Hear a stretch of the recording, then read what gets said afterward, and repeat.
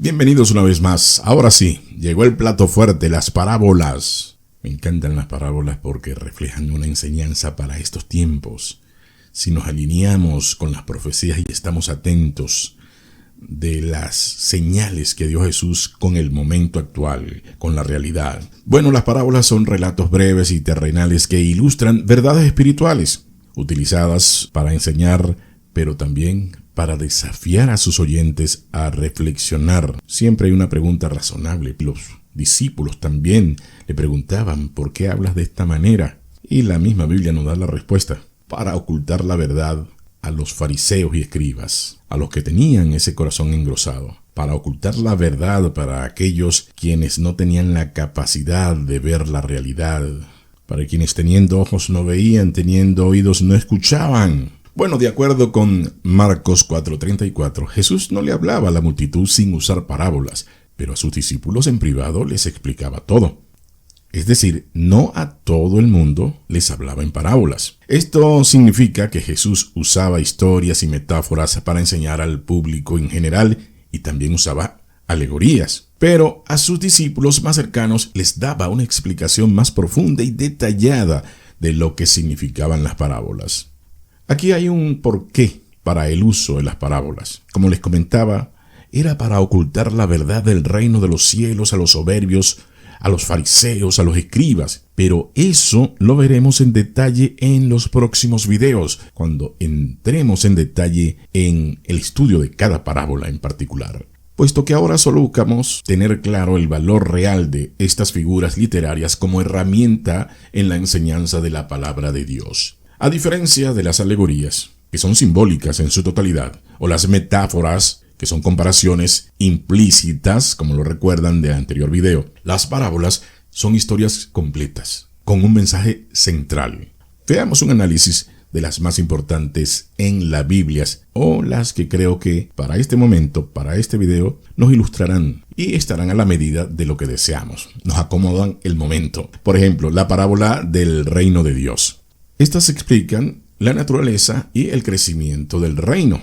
La parábola del sembrador, cuyo mensaje es la respuesta humana al mensaje del reino. Aquí vamos a entrar a algo muy importante, que es la semilla. En videos próximos detallaremos qué se oculta con el uso de semilla, pero eso será más adelante. Estoy seguro que se van a animar desde la primera parábola. Bueno, lo cierto es que la parábola del sembrador deja mucha tela que cortar para estos tiempos, justamente porque toda esa enseñanza tiene un propósito: el cumplimiento.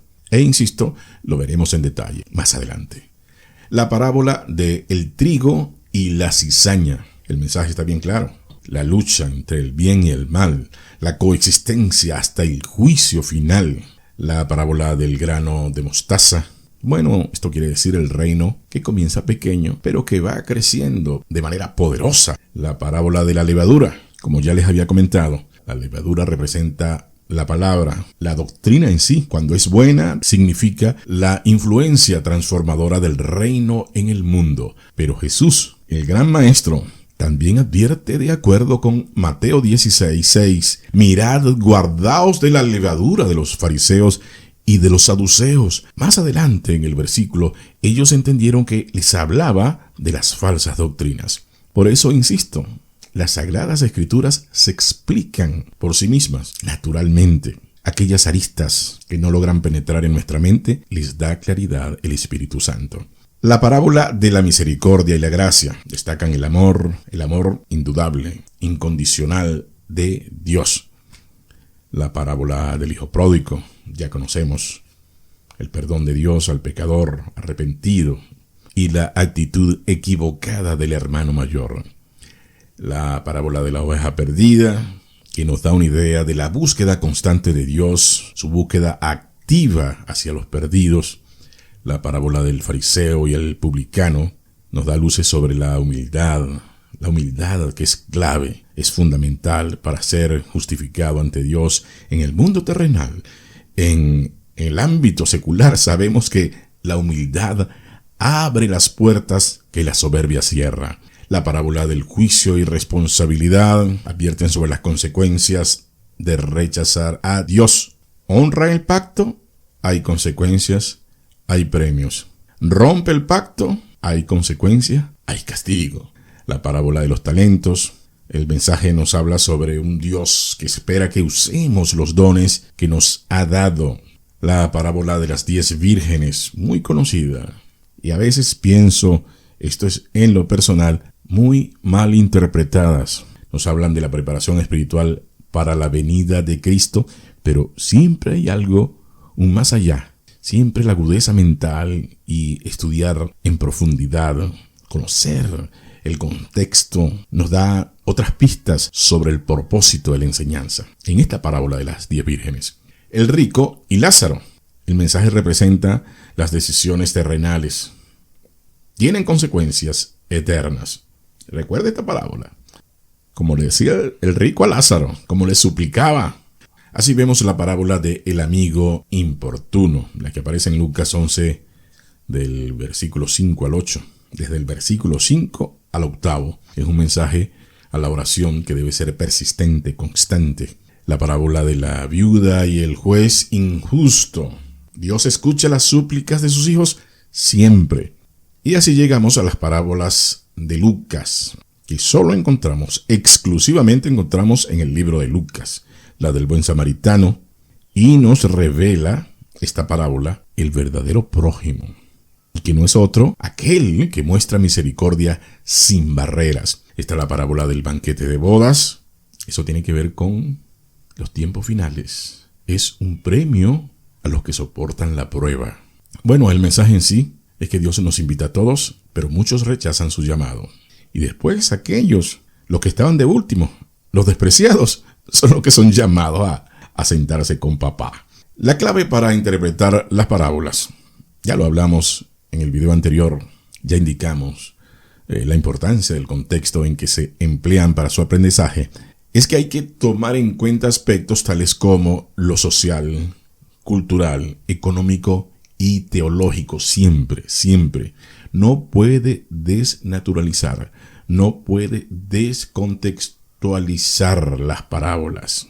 Siempre es fundamental para el correcto aprendizaje y enseñanza, sobre todo para la enseñanza. Ahora bien, ¿cómo identificamos el contexto? Buena pregunta, ¿no? Para ayudarnos con esta tarea, debemos preguntarnos ¿a quién se dirige Jesús específicamente? Escuche bien, específicamente, no a modo general. Si es a los fariseos, a los discípulos o a las multitudes. Otra clave para interpretar las parábolas es buscar el mensaje central. No todos los detalles son simbólicos.